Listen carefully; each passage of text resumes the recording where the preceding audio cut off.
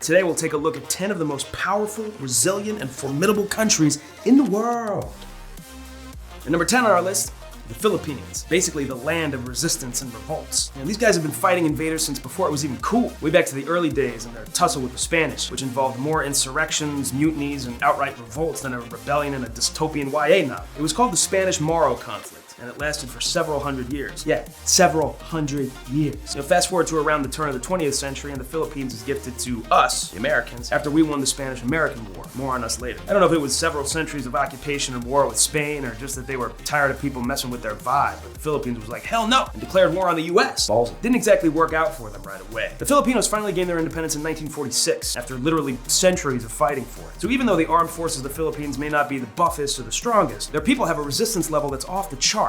And these days, they don't even need another country to fight. Of the roughly $4 billion the Philippines spends on defense each year, most of it goes to military operations against internal threats, like Muslim separatists and the communist military New People's Army. So whether you're getting pounded by or with your fellow countrymen, the Philippines has the power to dominate. Number 9, the OG warriors, the Japanese. For a relatively small nation, Japan has been able to defend itself remarkably well over the centuries. Sure, the Mongols tried to invade, but Japan was like, not in my ichi. When the Russians came at them demanding use of the same warm water Asian ports, they sort of played nice for a minute, and then dropped a sneak bombing attack on them at Port Arthur in China on February 9th, 1904. Speaking of that, it takes some big bombs to pull one on the most powerful military in the world. We weren't even in the war yet. Pearl Harbor was a highly calculated and well-executed attack. You gotta give props where props is due, but damn, it did us dirt. The motive was very similar to what went down in 1904. The Japanese basically demanding a big power's backing in their plan for military operations in the Asian region. And when they don't get it all warm and fuzzy, we're just gonna say, hell yeah, okay, sure, war homie. They drop a shitload of surprise bombs on us. I think we all know how that ended.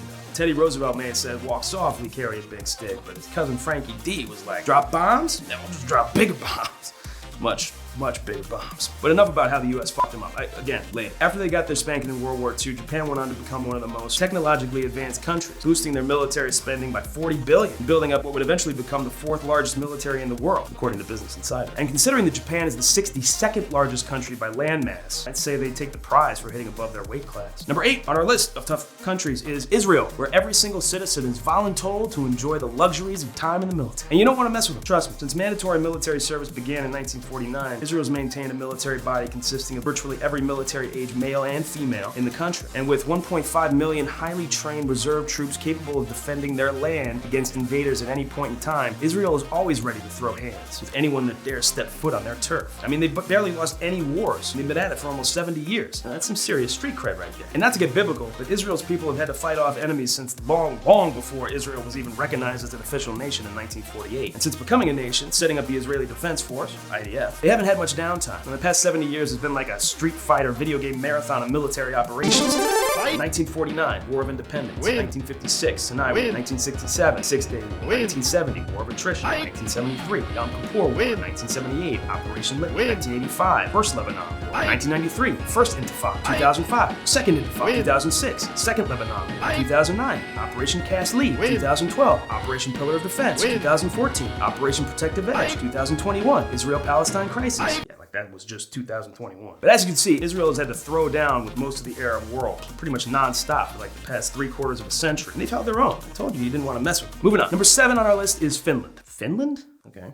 Yeah, this one may surprise you, but these guys don't play either. Literally anyone who has ever tried to invade Finland has ended up Finlanded with a monster death punch to the war gut. It's like they have a sign outside their borders that says, "Abandon all hope, ye who enter here." And I mean Vikings, Norwegians, Swedes, Danes, Russians, you name it. They've all suffered humiliating defeats. And in the intervening years, the Finns allowed themselves to be dominated by Sweden and Russia. But after receiving their autonomy in 1917, Finland wasn't about to give it up. They eventually became a republic. And like most of us right before World War II, were living nice, peaceful lives filled with Butenbrot and Lincolnberries. That is until the war broke out and Finland was invaded by the Soviets. But the Russians were in for a bit more than they bargained for. The conflict lasted all of 105 days, and the Winter War, as it became called, was the site of some of the most brutal fighting the world has ever seen. The Finns ambushed the Soviets and completely destroyed them with about half the troops and a fraction of the firepower, like 80-1 kind of fraction. Even their civilians got in on the action, making Molotov cocktails like they were ramping up for a Mardi Gras death party. Since World War II, Finland has diverted most of its military energy towards peacekeeping operations with the UN. But due to the recent Russian invasion of Ukraine, Finland has renounced its neutrality, applying to join the NATO military alliance, ready to deliver a fresh beatdown to those old adversaries.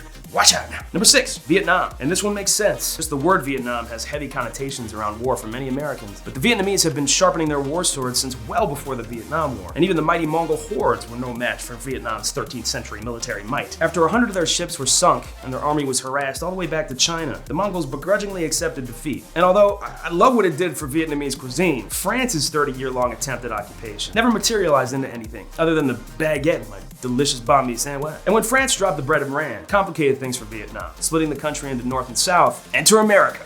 Vietnam War. You're starting to see a pattern here, but I promise we'll get to the US. And whatever side you're on, probably the South if you're watching this video, I hope. This war was messed up for everybody. In the end, the North Vietnamese were able to outlast the US, proving that a key to victory is patience, determination, and just a really thick jungle. Number 5, India, the land of spicy food, colorful festivals, and unbeatable defense strategies. India consistently reflects the 3rd highest military budget in the world after China and the US, and its navy rivals ours, dare I say. But it makes sense. India's population is 1.4 billion. That's over 4 times the US population. So with that many people to protect, you best believe they're going to amp up their military. That also leads India to have the largest all-volunteer army in the world. An army of 1, more like an army of 5.1 million. Also, anyone invading India would quickly regret it. The Himalayas are too high for air support. The vast dry deserts in the north would make for treacherous land combat. The weather is oppressively hot and humid, and even if an enemy ship was able to make it close to shore, the Indian Navy submarines would just blow it out of the water before they even knew where they were. And since the British left India in 1947, India's had to squelch attacks from Pakistan on more than a few occasions, and even had to fight a war with China. And since Pakistan and China have been getting a little more buddy-buddy over the years, India has learned to have eyes in the back of its head. But the real secret to India's success? Gurkhas. That's right, those fierce Nepalese soldiers as tough as nails and as loyal as your dog. The Gurkhas are notoriously unafraid of death, and have even pounded mighty British regiments into submission. So China and Pakistan beware, because India is ready for war on both fronts, and they got the Gurkhas ready to hurt you. For number 4, I have to ask, did you hear the one about the invading army that decided to take on China? No, because there's no one stupid enough to do that. The most populous country in the world is pushing 1.5 billion people. For the uninitiated, that means they basically have the entire population of the United States, plus a billion. And sure, maybe not all of these people own their own weapons, but if war were to break out, it wouldn't take long until the central bureaucracy would start handing out weapons like it was Halloween. And if that isn't a big enough deterrent, let's talk about geography for a second. Trying to invade China would be like playing a game of Risk on steroids. Now you got the Gobi Desert, the Himalayas, the jungles of Southeast Asia. It's like a nature-themed obstacle course. And even if you manage to make it through all that, you'll still be facing a country that just wins in the numbers game. They're number 1 in overall manpower. They're number 1 in active duty manpower. They're number 1 in ships and purchasing power. They're number 2 in number of fighter jets, number of rocket launchers. And they're number 3 in transport aircraft, 4 in artillery and tanks, offshore patrols, 5 in oil. You get it. They got a lot of stuff over there. Trying to conquer China would be like trying to win a game of Civilization on impossible mode. Number 3, Afghanistan. And just like Vietnam, this one is complicated. Despite what every successive American general would have you believe, Afghanistan was not a victory for us. Maybe not as cut and dry as Vietnam, but in a lot of ways, America got its ass beat in Afghanistan. But the country itself isn't necessarily a powerhouse of military might, waving around that big stick to warn potential enemies not to f with them. And even when I say Afghanistan, it's hard to even know what that means. And as most of us post 9/11 vets know, fighting in Afghanistan doesn't mean fighting Afghanistan. But the location and terrain, along with the geopolitical situational climate, is a Pandora's box of potential military catastrophe. It's like the country is the house from Home Alone, and bad guys are Kevin McAllister, setting up all the kinds of hard-to-detect, terribly painful traps for the relatively unsuspecting intruders. That's us. And with its endless caves and treacherous mountains, locals who know the terrain have an impossible advantage over visiting enemies. But perhaps the most dangerous thing about Afghanistan is that to conquer Afghanistan would mean subduing the entire population. And there's no hard-line separation between the civilians and the fighting forces. The enemy's just able to blend into the background and take shots at its opponent from within an environment that provides very few clear lines of order, mutual respect, and rules of engagement. Kind of like if you intruded into the home of a young kid abandoned by his family and suddenly found yourself being blasted by a blowtorch, shot in the nuts with a BB gun. Ouch. Number 2, Russia. You know, the land of vodka, furry hats, and the most oppressive military regimes in history. Putin loves to talk about how great their armed forces are, but let's be real for a second. They're not all of that. I mean, if you've seen the videos of the tanks breaking down during parades, but let's not get it twisted. Invading Russia would be no walk in the park. I mean, Russia is so cold, it seems like every war that's ever been fought there has some kind of winter theme. And on top of that, history has shown us that even when they take casualties, the Russians would rather just destroy their own towns, cities, and farms and let any invader take them over. That's dedication, folks. And let's not forget, Russia is huge. They've got 11 frickin' time zones. Mainland America only got 4. And Russia's got every climate. They've even got a rainforest. Mother Nature really said, I've got your back, comrade.